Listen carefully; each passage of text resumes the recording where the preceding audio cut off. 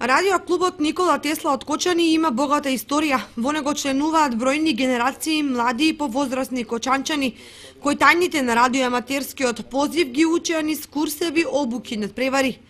Беа тоа години на љубов кон радиоаматерството. Се воспоставуваа нови пријателства, им се помагаше на луѓето во различни прилики. И сето тоа со ентузијазам и човечка хуманост. За деновите поминати во радиоклубот во Кочани со носталгија се сеќава и еден од основачите Јане Атанасов.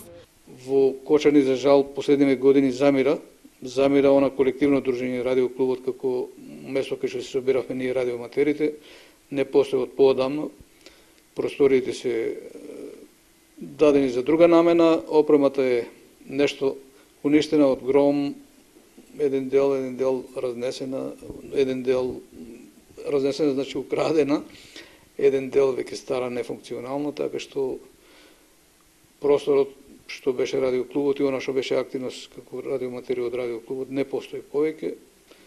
Неколку ентузијасти поединци од Кочани се уште се бавиме со таа работа, со опрема лоцирана во своите домови. Ситуацијата е таква, радиоклубот не постои повеќе.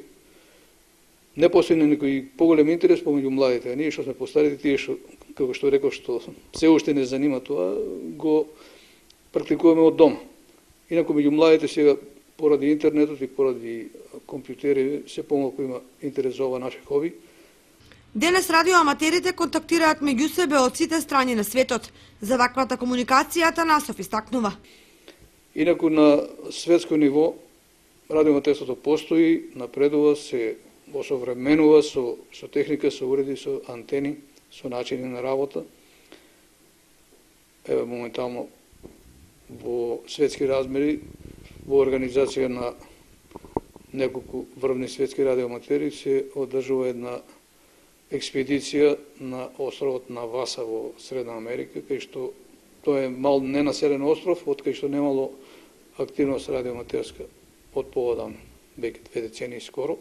Овие денови таму отиде експедиција со купишта опрема, отидена е со хеликоптер, бидејќи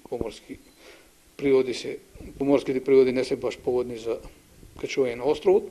И од таму овие денови има активност од нашите колеги радиоаматери за да можат колегите ни светот да одржат врска со ова ретка земја, така ние ја викаме земја. Тоа беше еден показател дека радиоаматерството во светски рамки функционира.